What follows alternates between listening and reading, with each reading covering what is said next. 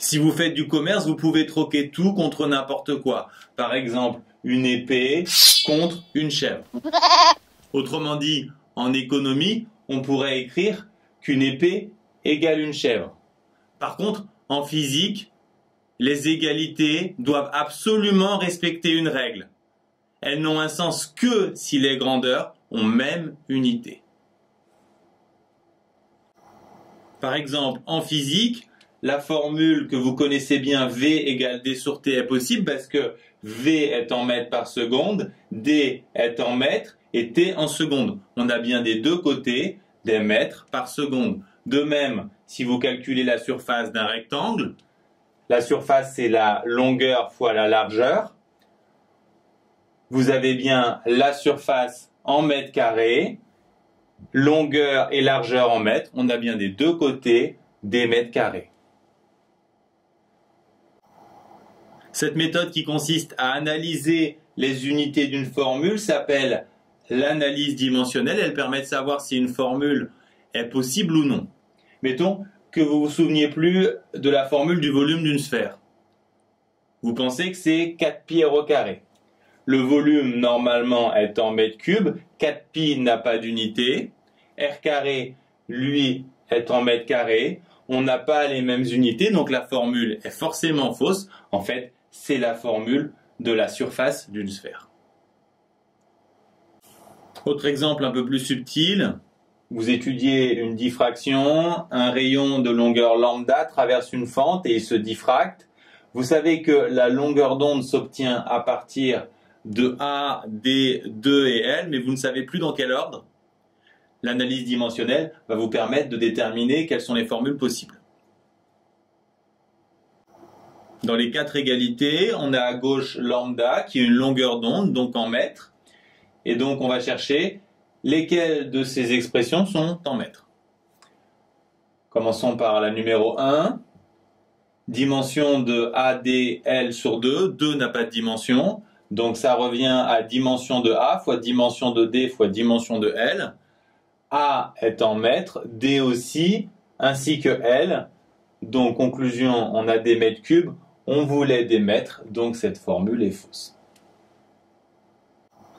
De même pour la deuxième formule, on va étudier les dimensions ou les unités de D sur 2AL. 2 n'a pas de dimension, donc on a unité de D sur unité de A et unité de L. On a donc des mètres sur des mètres carrés, autrement dit des mètres moins 1. Donc cette formule non plus n'est pas bonne. Regardons pour la troisième. On utilise le même principe. On va avoir des mètres carrés en haut, des mètres en bas, donc des mètres, autrement dit cette formule est possible. Et pour la dernière, toujours avec la même méthode, on va trouver des mètres moins 1, donc cette formule aussi est impossible. Cette méthode est très efficace, mais encore faut-il se souvenir des unités d'une grandeur. Par exemple, si vous étudiez la période d'un pendule simple et que vous devez déterminer les formules possibles ici. Les unités de t, pas de problème, puisque t est un temps, c'est en secondes. L'unité de L, la longueur, pas de problème, c'est en mètres. Par contre, G, l'unité est moins évidente. Dans ce cas-là, il faut vous appuyer sur une formule qui contient G. Par exemple, dans la chute libre, vous avez appris que A égale G. D'après cette égalité, ça signifie que les unités de G sont égales aux unités de A. Et A a pour unité des mètres par seconde moins 2. Dans les quatre formules, on a à gauche la période, donc un temps en secondes, et on va se demander donc laquelle ou lesquelles de ces formules donnent des secondes. Alors, on commence par la première, dimension de 2pi racine de LG, 2pi n'a pas de dimension, donc ça fait racine de dimension de L fois dimension de G, L est en mètres et G en mètres par seconde moins 2. Après simplification, on trouve des mètres par seconde moins 1. Donc la formule n'est pas bonne puisqu'on voulait, je vous le rappelle, des secondes. Pour la deuxième, on n'est pas obligé de tout développer. On peut remarquer qu'ici, on est passé à l'inverse, donc les dimensions sont elles aussi inverses. Donc on aura des mètres moins 1 fois seconde. Pour la troisième, on va appliquer la méthode tranquillement. 2pi n'a pas de dimension. on aura racine dimension de G sur dimension de L. Les dimensions de G, on l'a vu, c'est mètres par seconde moins 2. Dimension de L, c'est les mètres. On simplifie les mètres. On a donc des secondes moins 1. Donc cette formule aussi est fausse. Pour la dernière, même méthode. On va avoir cette fois en haut des mètres et en bas des mètres par seconde moins 2. On a donc des racines de 1 sur seconde moins 2. On a donc si on passe à l'inverse ici, des secondes carrées, donc après simplification, puisque les secondes carrées sont sous la racine des secondes, c'est la dernière formule qui est la bonne. En fait, en physique-chimie, on peut tout exprimer en fonction de cette unité. On a déjà vu les kilogrammes, les mètres et les secondes. On a également les kelvins, l'unité des températures, les ampères, l'unité des intensités, les moles que vous connaissez bien en chimie pour les quantités de matière et les candela pour la lumière. Il se trouve qu'en mécanique, on peut tout écrire uniquement en fonction de 3 unités, les kilogrammes, les mètres et les secondes. Mais comment faire pour écrire des newtons avec des kilogrammes, des mètres et des secondes? Tout d'abord, il faut se souvenir que les newtons sont les unités des forces.